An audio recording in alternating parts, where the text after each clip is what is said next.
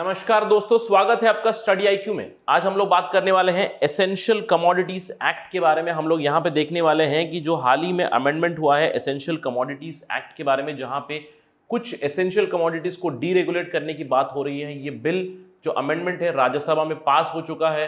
तो आज हम लोग इसके ऊपर एक व्यापक विश्लेषण करेंगे। हम लोग देखेंगे कि एसेंशियल कमोडिटीज एक्ट है क्या, एसेंशियल कमोडिटी का मतलब क्या है, इस एक्ट को क्यों लाया गया था, अब इस एक्ट का क्यों बदलाव हो रहा है, सरकार का क्या आर्गुमेंट है, क्रिटिसिज्म क्यों आ रही है इसकी। तो एक व्यापक रूप में इसके ऊपर चर्चा करेंगे। तो चलिए शुरू करते हैं डिस्कशन। उससे पहले अगर आप मुझे फॉलो करना चाहते हैं, you can follow me on social media on Rahul side 222 ID पे। मेरा इंस्टाग्राम, फेसबुक और टेलीग्राम का आईडी सेम है। टेलीग्राम पे मेरा चैनल भी है जहां पे मैं हर दिन एमसीक्यू भी पोस्ट करता हूं, very important from prelims point of view. साथ ही साथ स्टडी आईक्यू आपके लिए लाया है comprehensive course of prelims and mains for UPSC 2021। For more information download the app. तो हाल ही में हम लोगों ने देखा है कि राज्यसभा ने एसेंशियल कमोडिटीज एक्ट 1955 का जो अमेंडमेंट है उस चीज को पास कर दिया है, जहां पे deregulation of some commodities like cereal, pulses, oil seeds, edible oils, onion and potato, इसको डीरेगुलेट कर चुके हैं। तो बिल को हम लोगों ने देखा था पहले भी ऑर्डिनेंस बना के इसको जून में लाया था सरकार ने, फिर उस बिल को इंट्रोड्यूस किया था। जैसे ही सत्र शुरू हुआ था सितंबर में, हम लोगों ने देखा कि उसको लोकसभा में इंट्रोड्यूस किया, उसको पास कर दिया, राज्यसभा में उसको पास कर दिया। मतलब ये अभी एक्ट बन जाएगा जैसे ही प्रेसिडेंशियल असेंट मिलेगा। जैसे ही ये ऑर्डिनेंस भी लाया था, ये बिल भी लाए थे, उसके बाद हम लोगों ने देखा था कि काफ़ी ज़्यादा प्रोटेस्ट हुई थी हरियाणा और पंजाब में। हरियाणा में और पंजाब में हम लोगों ने देखी थी कि ट्रैक्टर प्रोटेस्ट हुई थी। उसके बाद में हरियाणा में काफ़ी ज़्यादा लाठीचार्ज भी हुई थी पीपली, कुरुक्षेत्र में। तो काफ़ी विवादित चल रहा है ये पर्टिकुलर जो एक्ट आए हैं अभी। तो हम लोग इसके ऊपर एक डिटेल में देखेंगे क्या एग्जैक्टली बदलाव लाए हैं। उससे पहले इस फिगर को आप ध्यान से देख लीजिएगा, क्योंकि जो एसेंशियल कमोडिटीज एक्ट है उसको कौन इंप्लीमेंट करता है, ministry of consumer affairs, food and public distribution. तो इसके ऊपर बहुत जरूरी इंपॉर्टेंट फैक्चुअल डेटा है ये। तो सबसे पहले तो बैकग्राउंड देखते हैं, एसेंशियल कमोडिटीज एक्ट जरूरी ही क्यों है, 1955 में क्यों आया था। एसेंशियल कमोडिटीज एक्ट का बेसिक उद्देश्य ये था कि हम लोग होर्डिंग स्टॉप करें और ब्लैक मार्केटिंग स्टॉप करें। होर्डिंग मतलब आप चीज़ों को जमा करके अपने से रखोगे, जैसे ही रेट बढ़ेगा आप बेचना शुरू कर दोगे। तो if hoarding goes on by different entities तो प्राइस वोलेटिलिटी आ जाएगी, मतलब महंगाई बहुत ज़्यादा बढ़ जाएगी, सडनली कम हो जाएगी, सडनली ज़्यादा हो जाएगा। होर्डिंग की वजह से ब्लैक मार्केटिंग भी चलता है। तो 1955 में हमारा सिचुएशन क्या था देश का, अगर हम लोग देखेंगे उस समय हमारे पास खाने की कमी चल रही थी, फूड ग्रेन्स की कमी चल रही थी, हमारी प्रोडक्टिविटी बहुत लो थी। एग्रीकल्चर प्रोडक्शन हमारे देश में जो होता था हमारी जनता को खिलाने के लिए भी कम पड़ता था। और उस समय हम लोग मोस्टली इंपोर्ट के ऊपर डिपेंड करते थे। इंपोर्ट और असिस्टेंट जो डेवलप कंट्रीज से आती थी, स्पेशली जो यूएस से आती थी, PL 480 जहां पे गेहूं आता था इंडिया को, हम लोग इसके ऊपर काफी रिलाई करते थे। तो इसीलिए एसेंशियल कमोडिटीज एक्ट बहुत जरूरी हो गया था कि जो भी एसेंशियल कमोडिटीज हैं, जैसे कि फूड हो गया, पेट्रोलियम हो गया, एटसेट्रा, जो भी हमारे लिए बहुत ही एसेंशियल कमोडिटीज है, उनको हम लोग होल्ड करने से, ब्लैक मार्केटिंग करने से रोके। तो it did make sense at that time.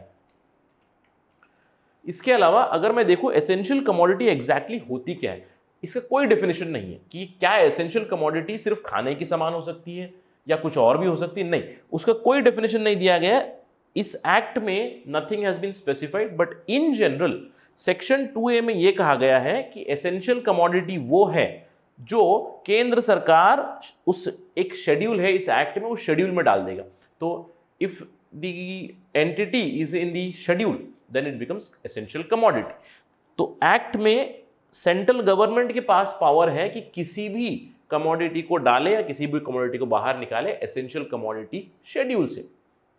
तो अभी तक कितनी सारी एंटिटीज है इसमें, अभी हम लोग देख सकते हैं कि 7 एंटिटीज पड़ी हुई हैं। ड्रग्स हैं, drugs are considered essential commodities. Fertilisers हैं, फूड स्टफ में काफी ज्यादा वेराइटीज हैं। कॉटन और कॉटन से जुड़ी हुई चीजें, यान है, basically it is also essential commodity. Petroleum और जो प्रोडक्ट्स हैं उनके, वो भी एसेंशियल कमोडिटीज हैं। जूट है और seeds. Seeds basically food grain के सीड्स, हॉर्टिकल्चर सीड्स, सारे के सारे सीड्स एसेंशियल कमोडिटीज होती है। तो उसकी होल्डिंग और उसकी स्टॉक पे कुछ लिमिटिंग लगा सकती है सरकार। तो अगर हम लोग देखें कि अगर एक एसेंशियल कमोडिटी को डिक्लेयर कर दूं, मैं आज जो केंद्र सरकार, अगर समझ लीजिए मैं हूं और मैंने डिसाइड कर लिया मैं गेहूं को एसेंशियल कमोडिटी बना दूंगा, तो उसका परिणाम क्या होगा? सिंपल है कि अगर एक कमोडिटी को एसेंशियल बता दिया जाए तो केंद्र सरकार कंट्रोल कर सकता है कि उसकी प्रोडक्शन कितनी होगी, उसकी सप्लाई कितनी होगी, कहाँ कहाँ डिस्ट्रीब्यूट होगा, जहाँ पे कमी है वहाँ डिस्ट्रीब्यूट होगा, जहाँ पे ज़्यादा है ज़रूरत नहीं है तो डिस्ट्रीब्यूशन वुड बी डिसाइडेड, और कौन कितना स्टॉक रखेगा ये भी डिसाइड कर लेगा। अगर कोई ज़्यादा स्टॉक रखेगा, इलीगली स्टॉक रखेगा, उनके ऊपर काफ़ी ज़्यादा पेनाल्टीज लगती है, साथ ही साथ इम्प्रिजनमेंट भी हो सकती है। तो this happens if it is declared essential commodity. तो चलिए देखते हैं कि अभी इन्होंने क्या बदलाव लाया है। 1955 का एक्ट तो क्लियर है, अभी जो बदलाव लाया है उन्होंने एक नया सब सेक्शन ऐड किया है सेक्शन 3 में।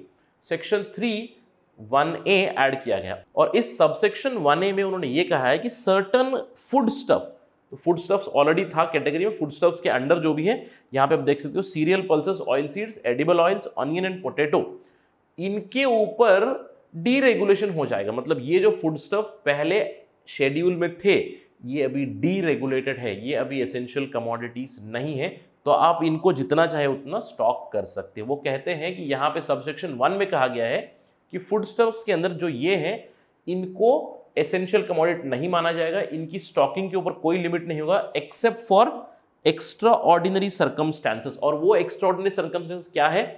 अगर हमारी लड़ाई चल रही है, अगर अकाल पड़ चुका है, अगर कोई नेचुरल कैलामिटी आ चुकी है, और अगर प्राइस बहुत ही ज़्यादा बढ़ चुका है। तो पहले जो था कि कोई सेक्शन 3 में कोई रीज़न नहीं होता था कि एसेंशियल कमोडिटी में डालना है नहीं डालना है, कि उसके लिए कोई कंडीशन नहीं थी, केंद्र सरकार के ऊपर ऑटोमेटिकली डिपेंड करता था। लेकिन अभी केंद्र सरकार ने स्पेसिफिकली ये कहा है कि उन्होंने इन चीज़ों को डीरेगुलेट किया, मतलब अभी इसके ऊपर कोई रोक टोक नहीं लगेगी। अमेंडमेंट में यह भी लिखा गया है कि अगर रोक टोक लगेगी भी एक्स्ट्रा ऑर्डिनरी केसेस में, वॉर, फैमिन, नेचुरल कैलामिटी और प्राइस राइज में जब लगेगी भी, तब भी जो फूड प्रोसेसर्स हैं, जो वैल्यू चेन पार्टिसिपेंट्स हैं, correction I am repeating completely, जो फूड प्रोसेसर्स हैं, जो वैल्यू चेन पार्टिसिपेंट्स हैं और जो एक्सपोर्टर्स हैं, उनके ऊपर ये लागू भी नहीं होगा। मतलब अगर हम लोग एसेंशियल कमोडिटीज एक्ट बाद में लगाएंगे भी इनके ऊपर, तो इन लोगों के ऊपर वो नहीं लेगा अगर कुछ सीलिंग तक इनके ऊपर अवेलेबिलिटी दी गई है। तो it means in simplest of terms, जो कमोडिटीज मैंने बताई है उनके साथ आप कुछ भी कर सकते हो। मतलब आप जितना चाहिए उतना स्टोर कीजिए, होल्ड कीजिए, anything can be done. Even if I put imposition, food processors, value chain participants और एक्सपोर्टर्स के साथ कुछ नहीं किया जाएगा। तो चलिए देखते हैं इस अमेंडमेंट में और क्या किया गया है। जैसे हम लोग देख सकते हैं कि पहले जो 1955 वाला एक्ट था, वहां पे क्लियर कट फ्रेमवर्क नहीं था कि कब हम लोग स्टॉक लिमिट इंपोज करेंगे। मतलब सरकार अपने मन मर्जी से जब चाहिए एसेंशियल कमोडिटी में लाएगा, उसको हटा देगा, अगर लाएगा तो कितना लिमिट रखना है वो भी अपने हिसाब से करेगा। तो ये सब चीज़ें बहुत ही आर्बिट्री थी, सरकार के ऊपर डिपेंड थी। लेकिन अभी जो अमेंडमेंट लाया है वहां पे उन्होंने क्लियर कट बोला है कि कब मैं रेस्ट्रिक्ट कर सकता हूं। 4 चीजें हैं, वॉर, फैमिन, नेचुरल कैलामिटी तो हम लोग बात कर चुके। इसके अलावा प्राइस राइज में उन्होंने प्राइस ट्रिगर की बात की है। मतलब अगर किसी फूड स्टफ के दाम बहुत ही ज्यादा बढ़ जाए तो मैं वहां पे उसको एसेंशियल कमोडिटी में स्टॉकिंग के ऊपर इंपोजिशन ला सकता हूं। तो कब लाएंगे? फॉर एग्जांपल हॉर्टिकल्चर प्रोडक्ट में अगर दाम दुगना हो जाए, मतलब 100% डिक्रीज, मतलब दुगना हो जाए किसी भी कमोडिटी का एक साल में, या फिर पिछले 5 सालों में उसकी जो एवरेज रिटेल प्राइस है उससे दुगना हो जाए। सिमिलरली फॉर फूड स्टफ अगर 1.5 गुना हो जाए, मतलब 50% बढ़ जाए, उसकी जो एक साल की प्राइस थी उससे 1.5 गुना बढ़ जाए, या फिर पिछले 5 साल में जो एवरेज रेट है उससे 1.5 गुना बढ़ जाए, तब मैं उसको इंपोज कर दूंगा स्टॉकिंग लिमिट। तो ट्रिगर मैकेनिज्म हो जाएगा, प्राइस ट्रिगर उस पर लग जाएगा, तब स्टॉक लिमिट में लगा सकता हूं। तो सरकार का क्या कहना है कि हम लोगों ने बदलाव क्यों लाए हैं? बहुत ही सिंपल आर्गुमेंट देते हैं सरकार कहते हैं कि जब एसेंशियल कमोडिटीज एक्ट 1955 आया था तब देश की हालत क्या थी? देश की हालत काफी खराब थी कि हमारे पास खुद खाने के लिए अनाज नहीं था, तो हम लोग स्टॉप करना चाहते होर्डिंग। लेकिन सिचुएशन अभी बदल चुकी है। अगर अभी देखें इस ग्राफ को, हमारी प्रोडक्शन कैपेसिटी 1955 से अगर 2019 से कंपेयर की जाए तो वीट की हमारी प्रोडक्शन पहले थी 1955 में 10 मिलियन टन, जो अभी बढ़ के हो चुकी है अप्रॉक्सीमेटली 100 मिलियन टन, मतलब 10 टाइम्स इंक्रीज हो चुका है। जो राइस की प्रोडक्शन थी 25 मिलियन टन था, वो इंक्रीज होकर जा चुका है 110 मिलियन टन, 4 गुना बढ़ चुका है। जो पल्सेस की प्रोडक्शन थी 10 मिलियन टन हम तब प्रोड्यूस करते थे, अभी हम लोग 25 मिलियन टन प्रोड्यूस कर रहे हैं, तो अभी हम लोग काफ़ी ज़्यादा प्रोड्यूस कर रहे हैं। तो इन सब चीज़ों की हमें ज़रूरत नहीं है। Let us have an open market, वो है आर्गुमेंट सरकार का। सरकार ये कहता है कि काफ़ी सारे प्रोडक्ट हम लोग एक्सपोर्ट भी कर रहे हैं अभी, तो हम लोग इसको ज़्यादा एक्सप्लोर करने की ज़रूरत है, ओपन मार्केट रख के देखते हैं। इसके अलावा सरकार ये भी कहता है कि जो हम लोग अभी बदलाव ला रहे हैं एसेंशियल कमोडिटीज से, वो एक बहुत ही इंपॉर्टेंट चीज़ है। एपीएमसी ने जो इम्पोज किए थे पहले, एग्रीकल्चर प्रोड्यूस मार्केटिंग जो कोऑपरेटिव्स है, वहाँ पे उन्होंने जो इम्पोज किए हुए थे रेस्ट्रिक्शन कि आप स्टॉक नहीं कर सकते, हमारे पास ही स्टॉक कर सकते हो, हमारे साथ लाइसेंस होगा तभी आप स्टॉक कर सकते हो, इन सब चीज़ों को हटा दिया, मतलब इनकी पावर कम कर दिए। तो अगर आपको स्टॉक करना है आप कीजिए। इसके अलावा उन्होंने ये कहा है कि हमको प्राइवेट इन्वेस्टमेंट चाहिए। तो अगर हम लोग फूड इंडस्ट्री की जो सप्लाई चेन है, सप्लाई चेन में देखिए तो बहुत ही मिनिमम इन्वेस्टमेंट आया है प्राइवेट से। कोई प्राइवेट इंस्टीट्यूशन कोल्ड स्टोरेज पे ज़्यादा इन्वेस्टमेंट नहीं किया है, उन लोगों ने लॉजिस्टिक्स पे इन्वेस्टमेंट नहीं किया। तो वो चाहते हैं अभी कि प्राइवेट प्लेयर्स भी इसमें आ जाए ताकि स्टॉकिंग कर ले। It is not an issue. वो कहते हैं कि ओपन मार्केट रन करने दीजिएगा। लेकिन इसका क्या एडवर्स इम्पैक्ट पड़ेगा?